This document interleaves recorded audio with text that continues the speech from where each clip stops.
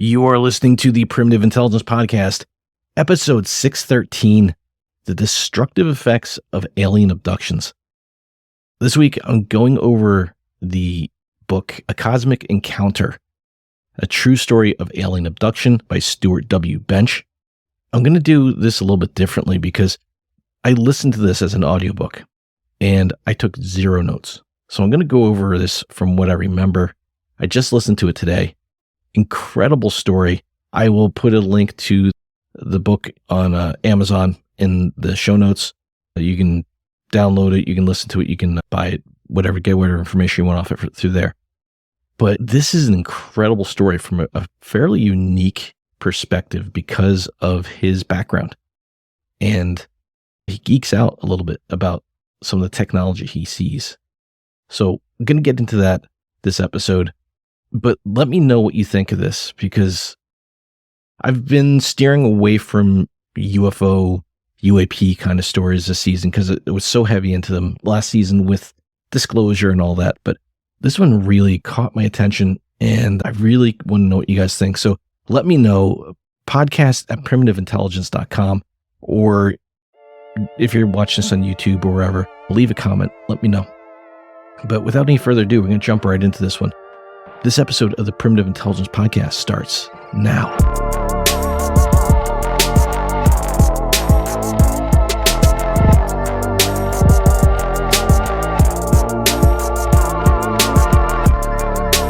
So, like I said, this is from the book, A Cosmic Encounter, a true story of alien abduction by Stuart W. Bench.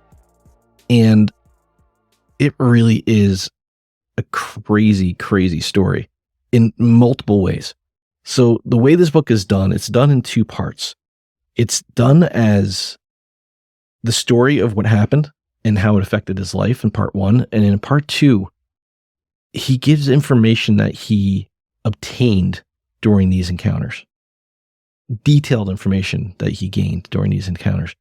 And some of it's really out there and beyond my scope of knowledge, or it's just technobabble. But then there's some parts of it that are just seem so mundane and simplistic that you don't really know what to make of it. So you'll know what I'm talking about when I get to those parts. So we're going to start with the beginning of the story. He's, I believe, from upstate New York. That's the areas he's talking about. I don't know if he actually says, I don't remember if he actually stated in the book, but I know the areas he's talking about. He's either in upstate New York or right in that region somewhere. So he gets married. He's starting a family. He and his family. So he's an engineer. He works for a small business, a small company, engineering. This is his background. He loves his job.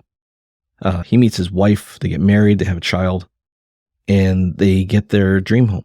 They find this really nice house. They really like it, but they wind up with a squirrel infestation, a red squirrel infestation. And I can tell you, from experience, in my old house, I had a gray squirrel infestation. They got into my attic. It was a disaster. Squirrels will chew on everything, including electrical wires. They can cause a ton of damage. They'll chew right in through walls. They're bad. So I can understand. They want to get rid of these squirrels. They were like destroying their bird feeders. They were like chewing on things they shouldn't be chewing on. But they're torn. They don't know what to do. They don't want to kill them. They don't want to poison them. They don't want to use traps, even like sticky traps. They're not really sure what to do. They don't know what the local ordinances are, and they don't really want to deal with it. So they decide they're just going to get like live traps, capture these squirrels, and then relocate them. Just move them to another area. But there's many of these squirrels, right? Like little families of these squirrels. So they're trying to capture the whole family, like all of them, and then move them all to the same area so that they're not, they're trying to be as humane as possible. So they do this. They're moving these squirrels. They're having no issue. One day they catch a squirrel, and Stuart decides, I'll take out the squirrel to this remote area we found, drop him off so he can go be with his family. And I guess they got the squirrel in a box or wherever they got him in his trap, and he drives him out, and it's out away from town, I don't remember if he says how far, but he drives for quite a ways, gets out to the location, releases the squirrel, gets back in his truck, and he's driving home. Now he's way down this dirt road. And as he's driving down the dirt road, he just looks in the mirror and he sees a motorcycle coming up behind. And he thinks to himself, this is weird. This is a weird road. This is a dirt road. There's potholes. If you've ever been on a dirt road in the Northeast, they're not fun to ride something like a motorcycle on. So he's just keeping an eye. He drives in a little ways. He looks and he realizes the motorcycle's coming up pretty quick. So he's like, all right, I got to start making sure there's room for this guy to get around because he's going to pass me. And he looks back up in the rearview mirror and he realizes, oh, this isn't a motorcycle. This is like a jet or something. This is above the ground. This is like the headlight of a jet that's coming up behind me. It's coming up quick. So he doesn't quite know what to do. And suddenly his radio starts going a little bonkers. His truck starts sputtering and it's backfiring and he shuts his truck off. He stops, he shuts his truck off. Something's wrong. And he realizes that even though these are farm fields around him, there's no trees, sunny day, but he's in the shade. And he's like, this is really weird. And he looks out the window and he's trying to figure out what this thing is that just caused his truck to shut off. He looks out the window and he's looking at this massive silver disc that is hovering about 75 feet over his truck. And he's no stranger to UFO stories, UFO encounters, the stories of UFO encounters. He's been interested in them his whole life. He's read books about them. He's researched them. But he's always read these stories as just it's happening to someone else. And now he's looking out his window and there's one right over his truck. And he starts to notice a couple things. It's very quiet, but even though in the shade of this thing, he feels really hot. He feels like he's being hit by like noon, midday summer sun, but there's no light on him. And he's like, this is really bizarre. So he doesn't know quite what to do. He doesn't know if he should stay in a truck. He tries to start the truck. It won't start. He's like, all right, well, that's not an option. And I'm going to bake in here. It's getting really hot. So he decides he's going to get out and make a run for it. And he gets out. He looks up at this thing and he decides, all right, I'm going to run this direction. So he starts running down the road and the UFO starts following him. And he's like, crap, what am I going to do? This UFO is following me. So he goes a little bit down the road and the UFO flies in front of him and comes down into the road. And he says it's about 30 feet across. It's a fairly decent size disc. And it blocks his way. And he's like, all right, guess I won't go that way. And he turns around, he starts going the other way. And the UFO lifts up it never touches the ground, but it lifts up and it flies over him and it blocks him again. And he's like, okay, there's nothing I can do. It doesn't matter where I try to go, this thing's going to follow me. And he's terrified, but he's curious. And he's not really quite sure he's seeing what he's seeing. And he says it starts to lower towards the ground a little more. Like landing struts come out. And it lands. And then this small 4-foot high door, he can't see any seams on this craft, but this 4-foot high little panel opens up and he can see that it's lit inside, but not super bright. It's like it's beaming out. I remember this is broad daylight. So he can see it's lit, but it's not super bright. And he sees a shadow come to the door and then another. And these two beings step out and he says they have to duck. They're about the height of the door, but they still have to duck a little bit to get out. And they come down this ramp that had extended down to the road and they walk down and he's looking at them and he's like, they're just your typical idea of what grays would be. They're 4 foot tall. They got gray skin. They got big black eyes. They got like a little slit for a mouth. There's no nose, but there's tiny holes where the nostrils would be. They have no ears, but there's like little indentations. And they're wearing suits. like silver gray suits they're wearing, like spacesuits. And even down to the point where it says their arms are longer than they should be. They got 3 fingers and a thumb. They're very spindly. And their legs have feet, and they're proportionate to what you'd expect for the size of a creature. He gets a pretty good look at him. And he's freaking out at this point. And he notices the one is staring at him. One is staring at him intently. And as he looks at it and he realizes it's staring right at him, he starts to calm down. He gets his sense of calm. He's still not sure what's going on, but he's not panicking anymore. And it seems like as soon as this calm feeling comes over him, one of the entities walks back into the UFO, and he's just standing there with this other one. And he said, it didn't really speak. It didn't, even to themselves, they just looked at each other. They never said anything. But he started to get these images in his mind, and he realizes how they were communicating with him. It wasn't a voice. He didn't hear words, but he saw images. And he got the idea from the images they were showing him that he was somehow important to them, and that they needed to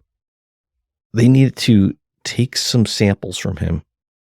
And they can, again, they're showing this in images, but this is the idea he's getting to. They need to take samples from him and test them to see if he's a good fit for the program that they need. And he's, nope, I'm good. He's trying to give this thought back to them. Like, nope, not interested, thanks. And it just ignores him. And it walks over to him, and it takes his hand, and it takes this little device, and it takes a piece of skin off the tip of his finger. And it hurts. And then as soon as the thing takes the little sample away, and it puts this gel on his finger, it stops hurting. And he gets the impression from this thing, these images, that they may be back. They might not. They'll know once they study his sample. And they give him the impression that he needs to get back in his truck.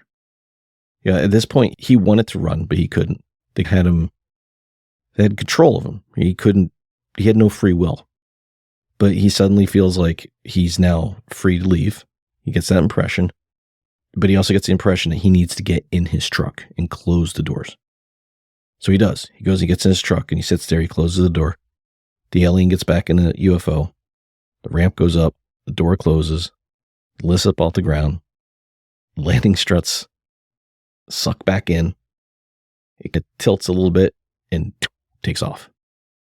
And he could feel this heat coming off it as this was happening.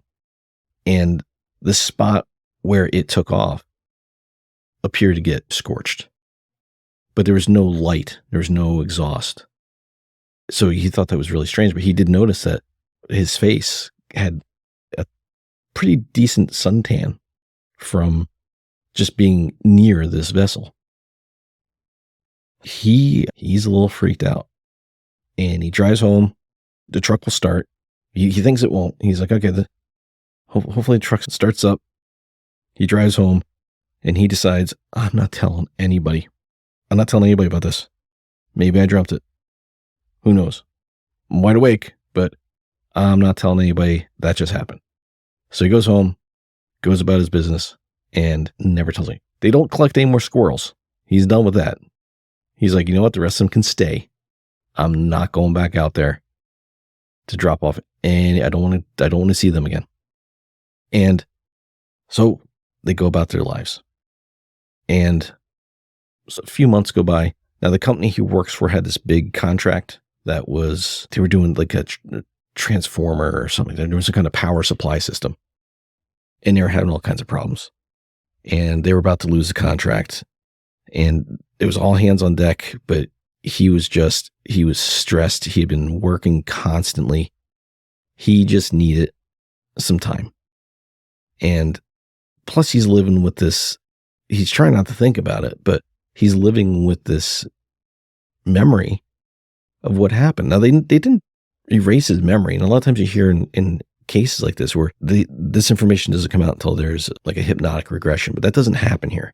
He's fully aware of what happened. He remembers. He wasn't told not to talk about it. Nothing. It just happened, and he left him with that information. And he remembers at one point getting up in the middle of the night to use the restroom. He remembers at one point getting up to go use the bathroom and looking out the window and just looking at this full moon and thinking, man, that moon's really bright. And then he goes back to bed. And in the morning, he realizes, wait, no, the full moon was a couple of weeks ago. You shouldn't be able to see the moon right now. Like, what did I see? So he just chalks it up as a dream. And he has these little weird instances like this happen every once in a while. So they got this big deadline at work. He's having some of these weird kind of synchronistic things happen and dealing with the stress of the job and this event that happened to him. And he decides to take up a friend's offer who has a cabin on a lake up in the Adirondacks, which I could definitely understand that. And he talks to his wife and he says, look, I really just need a weekend. I'm not even going to work. Like, I should be working this weekend. I'm not going. I'm going to go up to the cabin and I'm going to take a couple days and I'm just going to relax because I am so stressed. And she's like, go do what you need to do. I'll watch the kid. You definitely need this break. He contacts his friend, says, hey, look, is the cabin available? Can I go up there? And the guy's like, yep, go up there. Here's where the key is hidden. Enjoy yourself. So he drives up, takes him a couple hours. He's immediately starting to decompress. He drives up to this cabin, this beautiful cabin on the lake. He stops at a store. He grabs some food, grabs some beer, gets to the cabin, just sits there, does nothing, just relaxes. And at one point, I think he was reading a book, and he nods off. He falls asleep, and he wakes up to this commotion outside. And he gets up and he realizes he nodded off, and he's like, "Oh, what time is it?" He looks, and it's just like sunset. It's not dark, but it's dusk. And he looks out at the lake, and there's like white cap waves on the lake. It's just really windy, like there's a storm blowing in. And he's like, oh my God, is there going to be a storm? And he notices there's this glow about the trees, more so than there should be from the setting sun. And he's like, what is going on? So he moves to the other side of the house, and as he gets towards the window, he starts to get this weird feeling. And he remembers this feeling. And it's the same feeling he got a few months earlier, or however long ago it was, when he was releasing this red squirrel. And he's like, oh no. He's like, this isn't, I don't want to see these guys again. Like, I don't want this. And he looks out the window, and there's a parking area outside this cabin. It's like a gravel parking lot. And he's looking out the window, and there's this silver disc hovering over this parking lot. And he's like, I'm just going to stay in the house. I'm going to close the blinds. I didn't see that. This isn't happening. I want nothing to do with it. But he keeps on looking out, and he's getting really curious because it's not landing. It is hovering there. And he watches it for a few minutes before it actually does. The little struts come out and it lands, and the door opens up and a ramp comes out, but no entities come out. And he's like, okay. So he steps out on the porch because now he's curious. He steps on the porch and he looks, and no entities come out. And he starts to get this feeling that he needs to go into the craft. It's getting like this draw. And I don't know if he saw it. I don't know if he started getting these images in his head of him walking into the craft. But he realizes they want him to come up to the craft and walk in. And he's just like, no way. He can't turn around and leave, but he's just resisting. Nope, not doing it, not doing it. And then these two entities come out, and they walk over to him, and they take him by his arms, and they escort him over to the UFO, and he can't resist. As soon as they walk up to him, he's like, okay, I guess I'm going. And he walks in and he goes into this UFO and he says he's got to duck down to get in the door. And he's way bigger than these things. Like, they're 4 feet tall. There's these spindly little 4 foot tall creatures. And he's like 6 foot or better and like 200 pounds. And he's like, I could just like crush these things, but I can't. I'm just following what they're telling me to do. And so they take him into the craft and he's immediately astounded. Now, he's an engineer, remember? So he walks in and he's seeing all this technology. And this has to be back in the 80s, I believe, maybe late 70s, early 80s. So there's all kinds of things that he's just like, what am I looking at? And he gets the sense from these entities that it's okay, look around. We understand you're curious. Good, take a look, see what you can see. And he's describing all these things he sees, like there's these tubes inside that look like these glass tubes with what look like they're like little quarters for the aliens.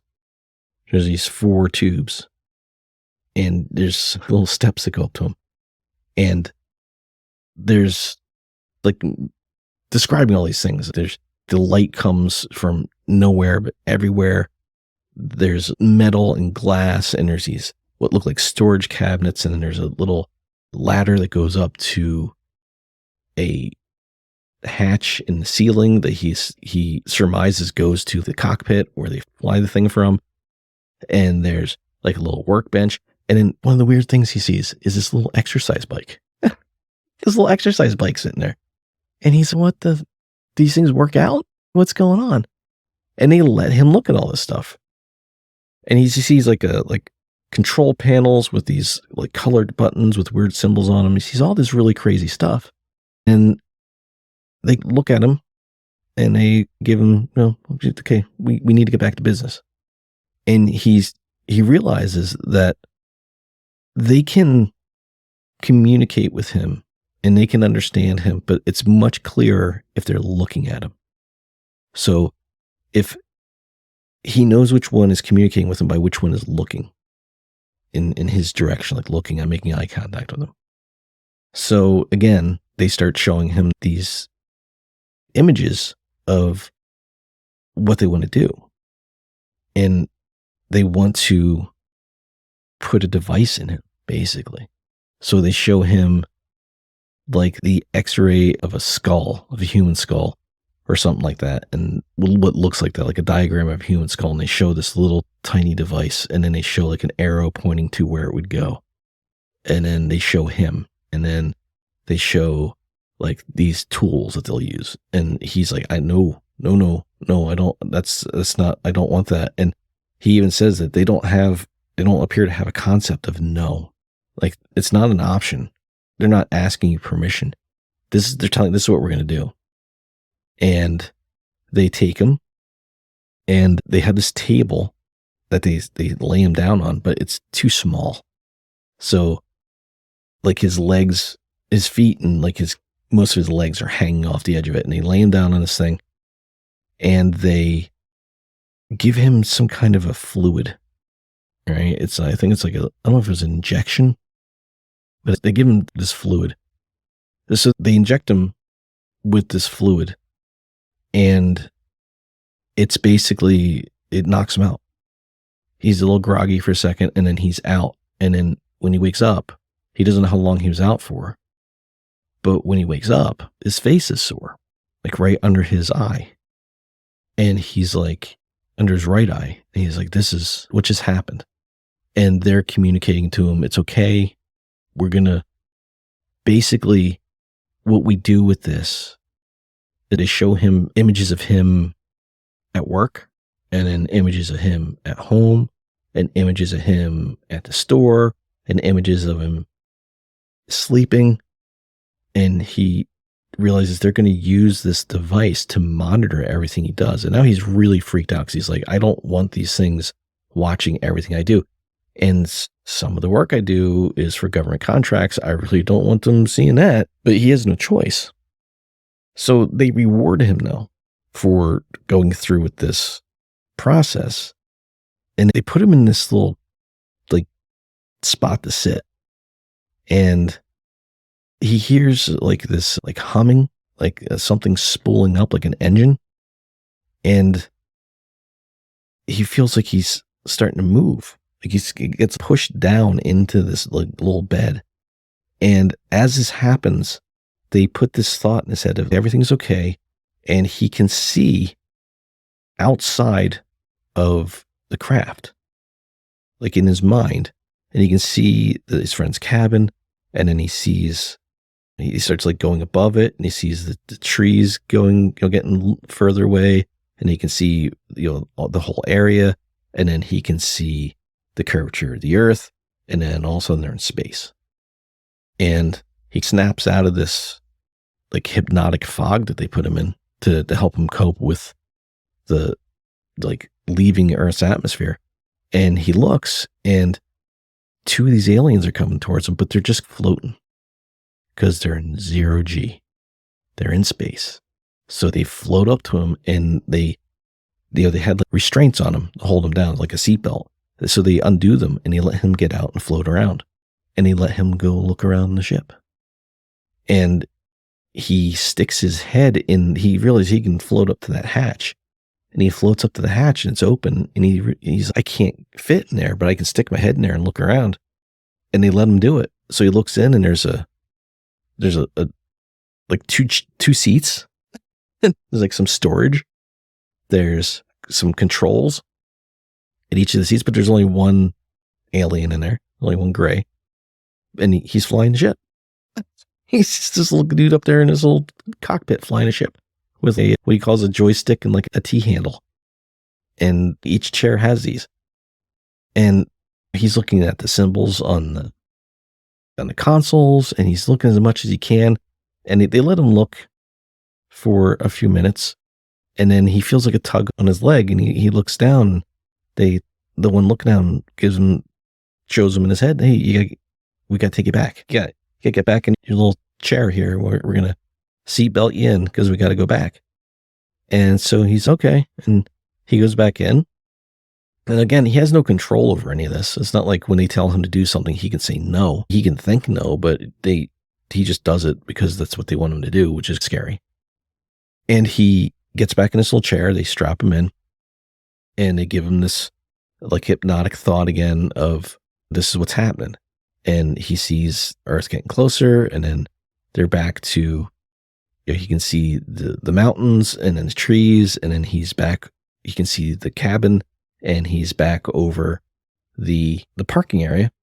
And next thing he knows, he's just standing outside the UFO. And he remembers them walking him out. Like they didn't teleport him out there, but he's foggy because of everything that has happened. And I'm just gonna go in and go to sleep. It feels like I was gone for hours, but the sun's still setting, so I haven't been gone that long. I don't know if maybe it's like weird time dilation or what's going on. And he walks in. He says he was so exhausted, he walked in and just passed out on his bed, probably before the UFO left. And then he wakes up in the morning, and he's like, I'm not staying. I'm just going to go home. I don't want to be out here anymore, which is understandable. So he gets back in his truck, and he drives back home. And he's got this weird headache in like an eye, like his face hurts. And he notices when he wakes up before he leaves that he had a nosebleed. There was like blood on the pillowcase. And when he went to wash up, there was like, he had a nosebleed. So he's a little freaked out. But again, he decides he's going to go home, and he's not saying nothing. So he gets home, he takes a shower. It's now Sunday, and he decides, you know what? I'm just going to go to work. I'll be a little bit late, but I'm going to go to work. I got to get my mind off of this. So he goes into work, and they've got this big contract that they're about ready to lose with this power distribution center, whatever it is they're working on. And he gets there, and everybody's a little pissed because he didn't show up on Saturday. He never called off. He just didn't go to work. So he walks in. Oh, you feeling better? Are you? Thanks for showing up. And he realizes that things have gotten worse. And this power distribution center that they're working on it just keeps on blowing fuses. It's catching on fire. It shuts down. It's all kinds of errors. And the customer that ordered it, they're pretty pissed because they don't have a device yet. They don't have any information as far as the thing doesn't work, and they're about ready to cancel a contract. So they get in, they go to the up to the device. They come up with an idea to fix it, to get it working. They do their modifications. They turn it on. It runs for 10 minutes. It just burns itself out, completely destroyed. And everybody's, oh, this is bad. So they have this meeting, all the employees, the engineers, the management, they sit down, they say, listen, go home. There's nothing more we can do. Tomorrow, we just need the engineers in. Everyone else, you might want to grab your personal stuff because they're sending a representative in a couple days to take a look at this, and we don't have anything. Our prototype just burned up. So chances are they're going to pull the contract, and we might have to shut down. This might be it. It's that bad right now. So just go home, and we'll call you when we know what's going on, whether you have a job or you don't. So everybody they're getting their stuff together, and he's like, great, just what I need. Stuart is completely freaking out because he's like, I need this job. My family needs me to have this job. Just got abducted by freaking aliens yesterday. Like, something needs to start going right. So he grabs all his stuff, grabs all his personal effects, and he goes home. And he walks in, and his wife's like, dude, what's going on? So he tells her, says, look, we're probably going to wind up losing our jobs because this thing doesn't work. And he goes, now I feel horrible because I went camping. I went up to the cabin yesterday, and maybe I could have helped yesterday when we still had time, but the thing just burned up and I don't even know what to do. He's like, I'm going to go sit and think, and I got to figure out what's going on. So he spends the rest of the day just thinking about the problem and what could possibly be done about it. And he has no idea. He's like, I don't know. I don't know what to do. His wife tries to lighten the mood a little bit, makes dinner, having cheerier conversation, and they wind up going to bed. And he wakes up in the middle of the night because he's having all these crazy dreams. And he's having these crazy dreams about like math and formulas and the things about engineering he doesn't even really understand. Like things that aren't his job. And all of a sudden, when he wakes up, he's like, I know how to fix the problem. I know how to fix the problem. He's like, I can't believe this. I know how to fix the problem. So he wakes up in the morning, he goes back to bed, gets himself together, and he goes in. He walks in the office, and they're like, what are you doing here? Like, we told you to stay home. He goes, I think I can fix it. Call up the main engineer guy, get him in here. We need to pull the original prototype we made, right? It's missing a bunch of components, but it's functional. Get him in here, have him get the components that we need in it, and I'll give you a list of what we need to fix it. And they're like, okay, if this, they're like, anything is on the table at this point. So they get the main engineer in, he comes in, he explains what they did. I'm not going to go through all that, but they put in all these extra components. They turn this power converter on and it runs, and they leave it on because the client's coming in 3 days to see what they got. And the client shows up in 3 days and it's running, and it's got like a meter on it. So they know it's been running for 3 days, and they're like, okay, we're going to give you a stay on this one. We're going to come back in 2 weeks and we're going to check and make sure it's still running. And they come back 2 weeks later and the thing's still running. They fixed the problem.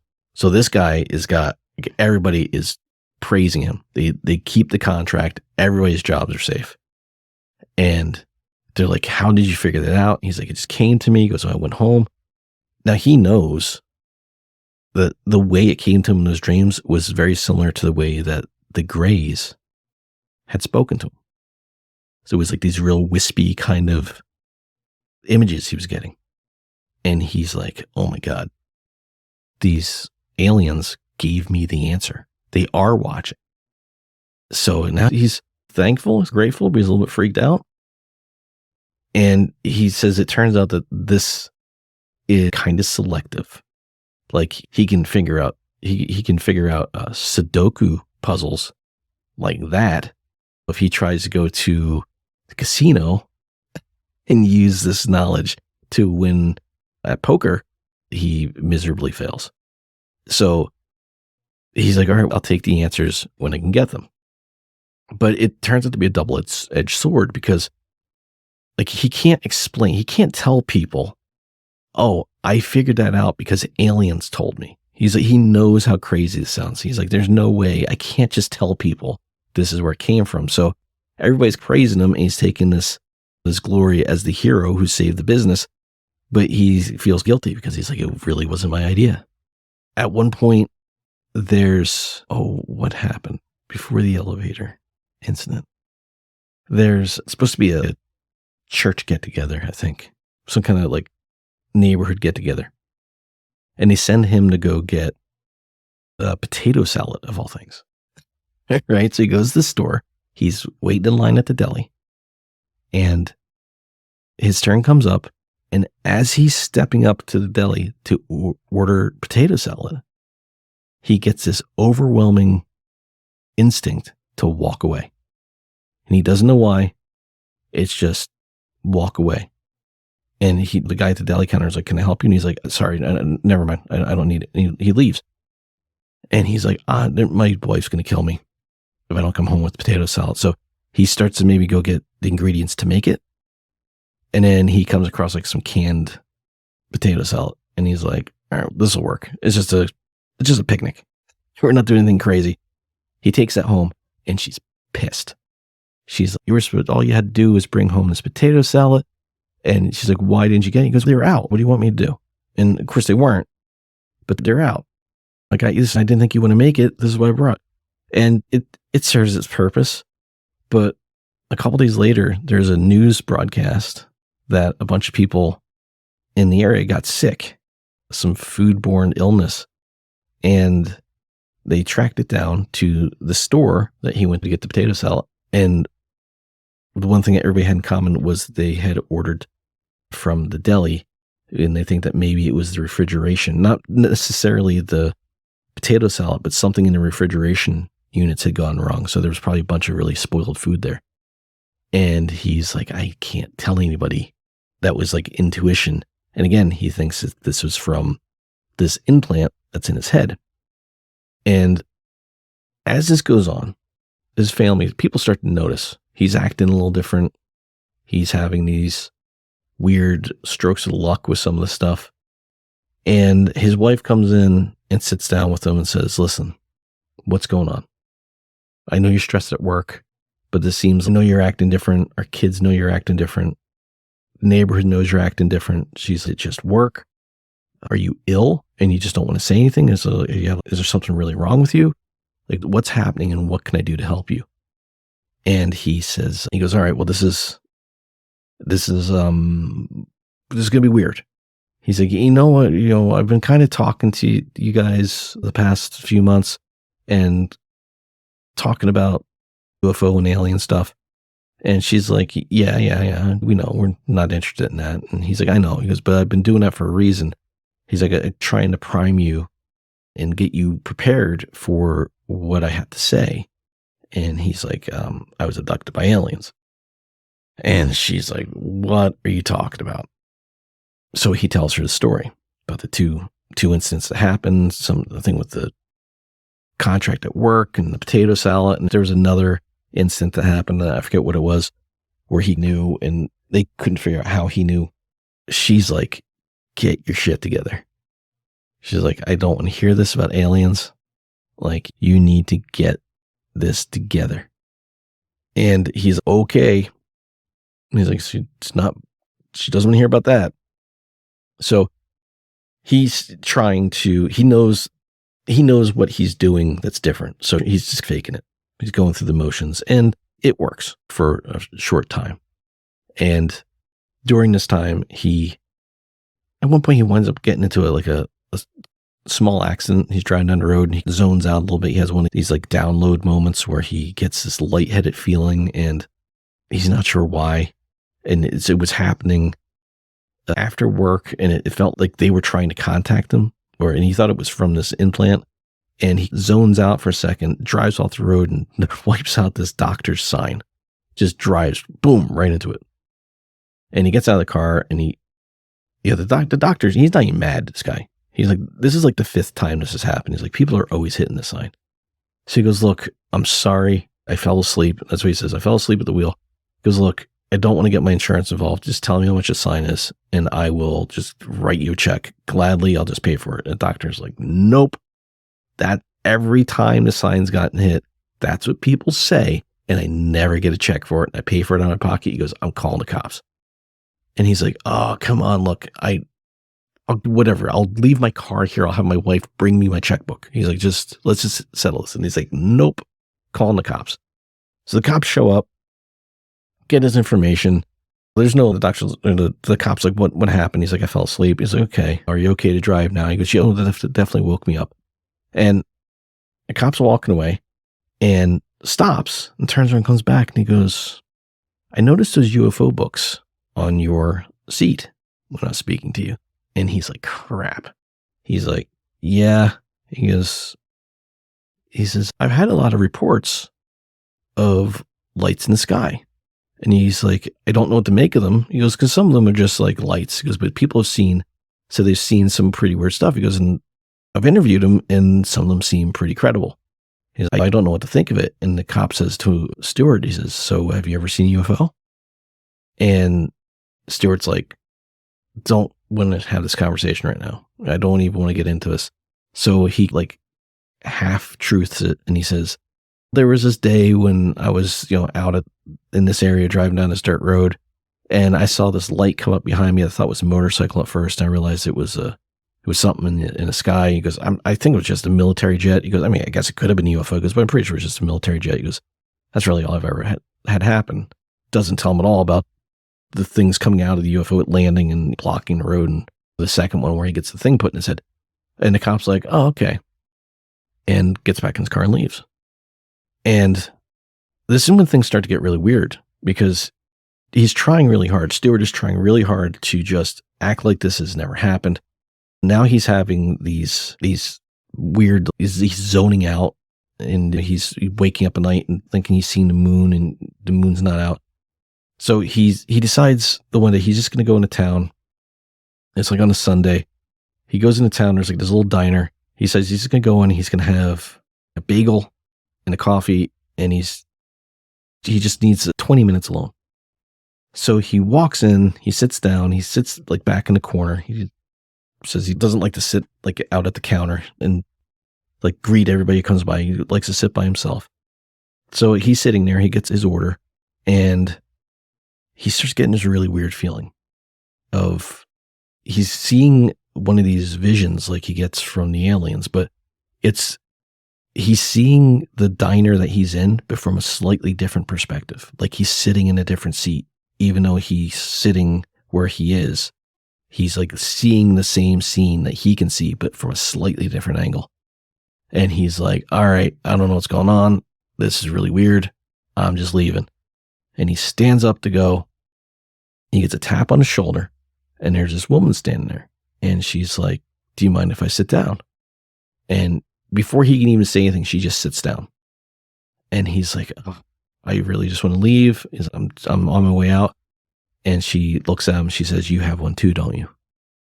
And he's like, excuse me? And she's like, you've met the aliens. They put a thing in your head. Right? And she's like pointing at her eye. She's like, right here, like right below your eye. You've got an implant. And he says, what would make you say that? And she said, I was just sitting on the other side of the diner, and I was getting crosstalk from your implant. And he's like, what? She was having the same experience he was having. She could see the diner from his perspective, and he could see the diner from her perspective, just briefly. And so they start to talk. She had a very similar situation where, like broad daylight, this UFO came, they took her in, they put the thing in her head. And she described the same beings, the same kind of craft. And she said that she's had this kind of incident happen before where she was on a plane and the guy sitting like in the aisle next to her was reading a magazine, and she could, when she closed her eyes, she could see the magazine he was reading.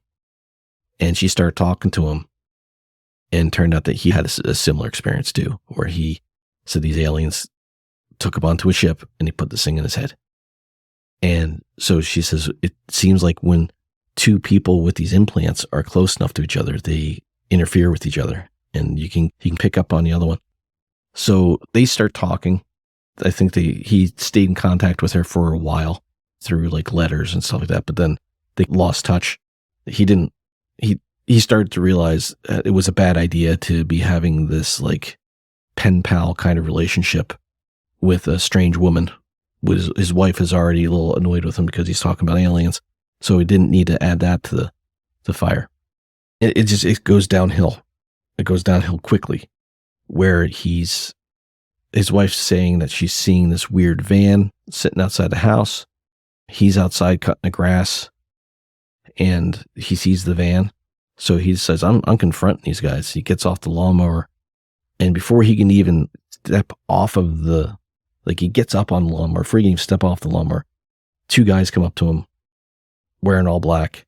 They flash like some official looking badge, and they basically tell him, it's going to be a real shame if you lose everything because you're talking about this. And he's like, who are you? What branch of the government are you with? And they're like, it doesn't matter who we are. You're going to shut your mouth. Your family's going to shut their mouths. You're not going to talk about this because really bad things are going to happen. And they turn around and get back in their van and they drive away, or in their truck and they drive away. And so his wife's like, who was that? Like, she sees him talking to him. She's like, who was that? And he's just like, oh, when I had that accident, I told him that I hurt my back a little bit, and they're just insurance adjusters watching me to make sure I'm not like doing things I shouldn't be doing. And she knows that that's bullshit, but she doesn't really push it.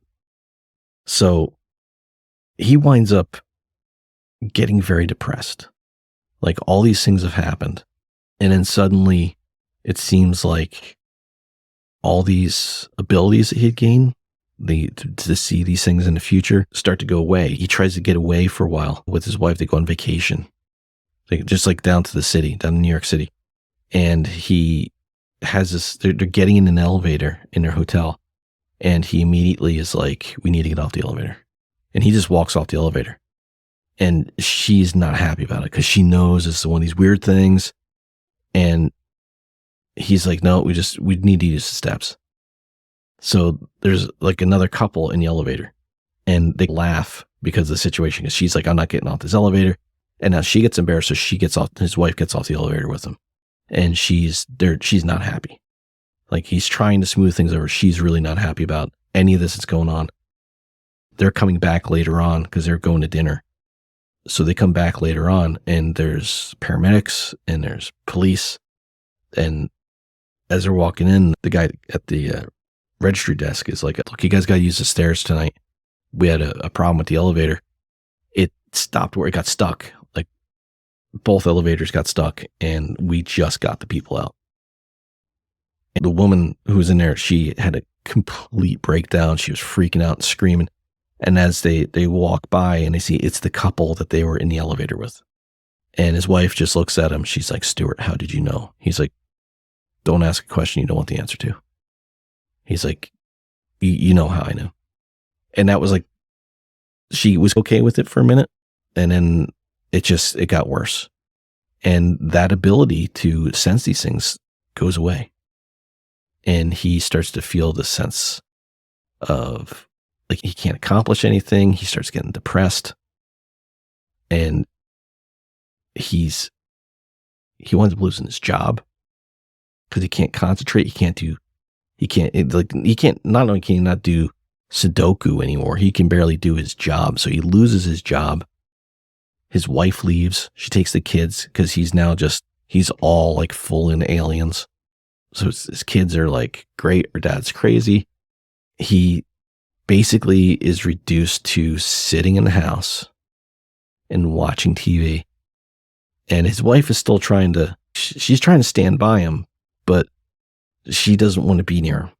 So she's like calling neighbors and friends, and she's like ordering food for him and sending it to the house. And like the pizza guy shows up, and he just starts screaming gibberish at the pizza delivery guy. She calls up like their minister, and she's like, "Can you go check on him?" And he goes in, and she's like, "Don't even bother knocking on the door. He won't answer the door." She's like, "Just walk in. And sorry, the house is a mess." So he goes in, and he's just sitting at the TV, and when he taps him on the shoulder, and he's like, "Get out of my house. I already paid my taxes." He's like loses his mind. And it just keeps going downhill and keeps going downhill and keeps going downhill. And then it's just one day, it's just finally like he's not eating. Like he'll take like a bite of food and he'll just throw it in the garbage. And he's not sleeping, and he's malnourished. He can barely get out of his chair now. It really messed him up. And he winds up somehow snapping himself out of it. Like I think it was like pizza, like his wife had ordered pizza for him, and he goes to the door and he takes it, and he's just going to throw it out. And he's like, "I think it smells all right." And he takes a bite and he goes, "Okay." So it takes him like an hour to eat a slice, but he winds up eating. And then finally I think he was having these really bad nightmares. And that's why he was getting really depressed, because he wasn't sleeping because of these nightmares. And so finally one night he stops having the nightmares, and that's like the turning point. So he gets his life back together, and he goes back to his job, and he's like, "Look, I'm turning myself around." He starts working part-time for them. His wife starts talking to him again, and they start trying to patch things up. And he still gets these weird like eye aches where this implant is. And he's like, "You know what? I'm going to go to the doctor, and I'm going to have them take this thing out. I'm done." Like he wasn't getting any messages anymore from them, from the aliens. And it never dawned on him that they were still monitoring him. So he's like, "I'm just going to have the doctor take it out." And since he's getting everything back together, he's getting his life back together, he's like, "Oh, I got to fix, like spring's come up. I got to get the lawnmower fixed." So he's taking the lawnmower to get it fixed. And it's at this shop that's 30 miles away. And he's been there before. So he's driving out to the shop, and he gets lost. And he's like, "How did I get lost? I've done this drive so many times. How did I get lost?" So he drives up, he sees a field. He's like, "I can turn around in this field." And he pulls in, and he gets that feeling, that weird, uneasy feeling that he's gotten the last 2 times when he's seen this UFO. And he's like, "Oh no, I thought I was done with this." And he looks up, and there's the UFO. And his truck stalls out, and he's just sitting there defiant. He gets like the same kind of call from getting this UFO, and he's just sitting in his truck going, "Nope, I'm not getting out. I'm not doing it. I'm not getting out." And he sees the 2 grays come out of the UFO, but this time they're not friendly looking. They're not slowly moving. They like rush to his truck. They open the door, and he even says he's surprised he knew how to open the door. They open the door, and they pull him out of the truck, and they basically drag him into the UFO. And he gets in there, and the one that's been in charge is just staring at him, and he's pissed. And he's beaming these thoughts in his head of, "You were going to have someone take that out. That would have been very bad if they would have found that. No, you can't do that." And then they show him again, like a 3D like map of his head, where that thing is. And then they show him the next image of the map of his head, but it's gone. We're going to take it out. And then they like put him on, like force him onto the table. They knock him out.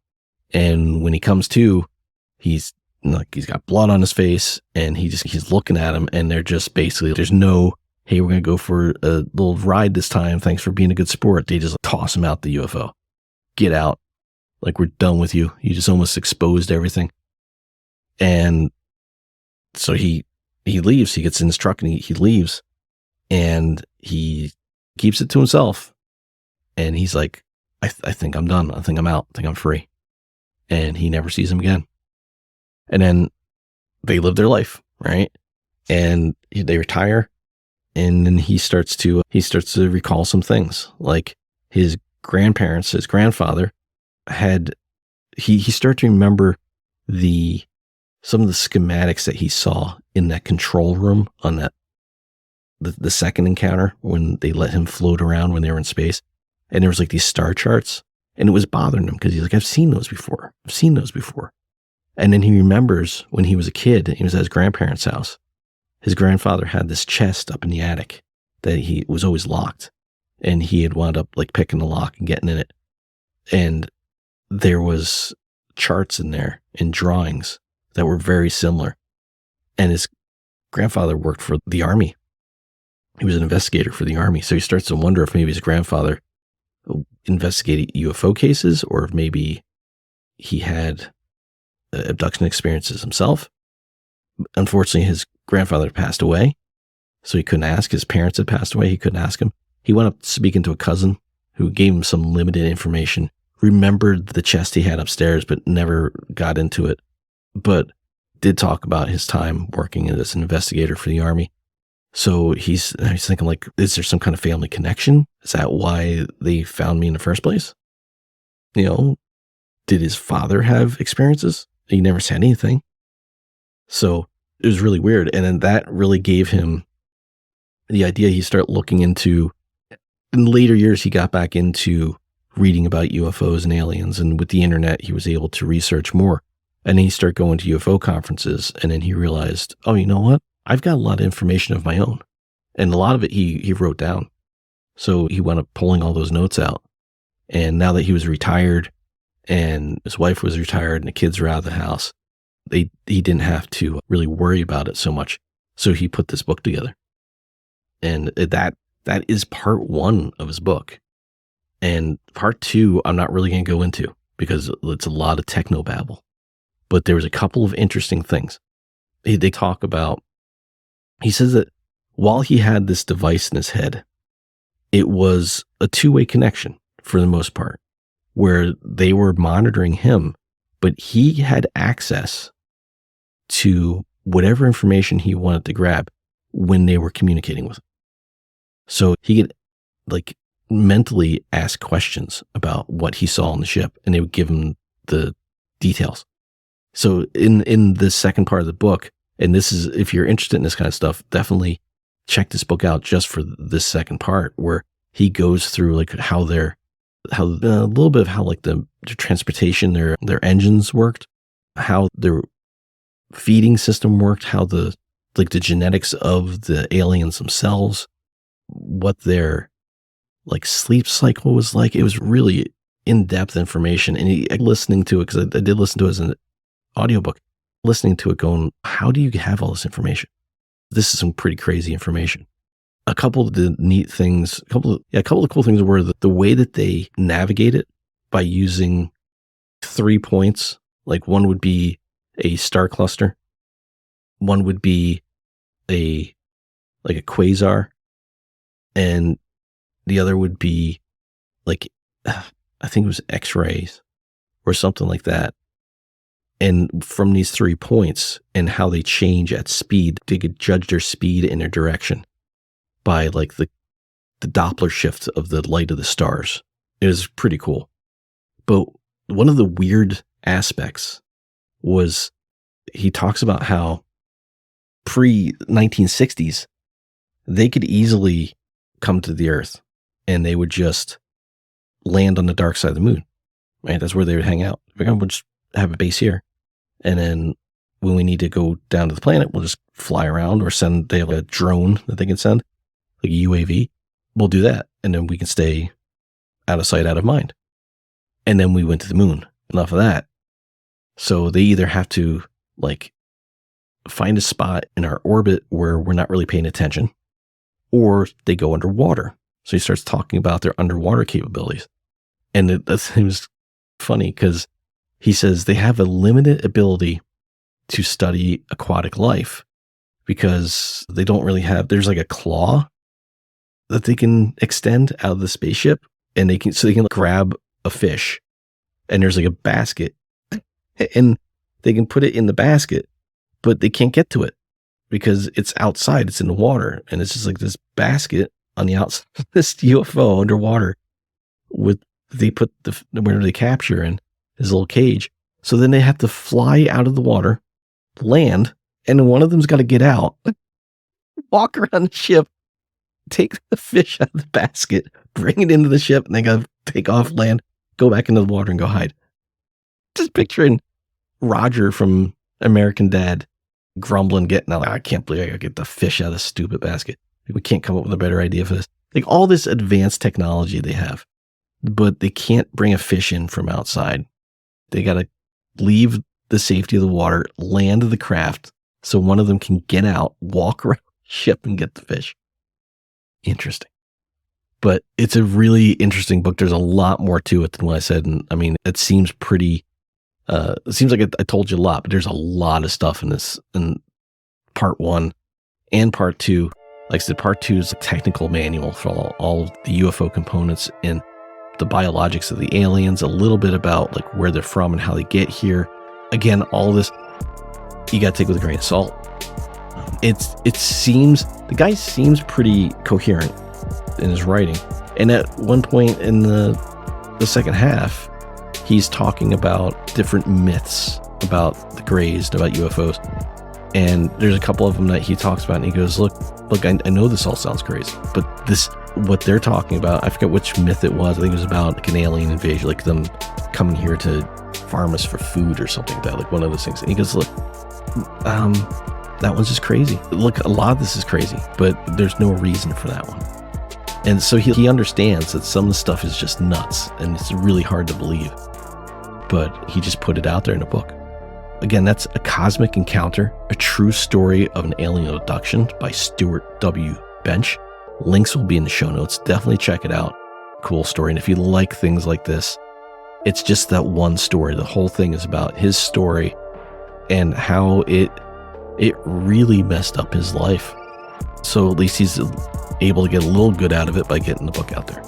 So check that out. I hope you guys enjoyed this one. It feels like I've been talking about this forever, so I don't know how long this episode's going to be. But let me know if you want to hear more stories like this. There's so many out there. And I think I got 3 other stories that I'm researching. 2 of them are really involved. The research on them is taking forever. But so I'm trying to grab these other smaller stories as I can. This one just grabbed my attention. So definitely glad I checked this story out. And I'll definitely be doing more stories like this because I enjoy these ones. These are pretty cool. So as always, you can contact the show at podcast@primitiveintelligence.com. Let me know what you thought about this episode. Or if you've got a story, or if there's a story that you've heard of that you want to hear me touch on, let me know. Definitely love hearing from you guys, so don't be afraid to reach out. That's going to do it for me. Hope you guys enjoy the rest of your week. See ya.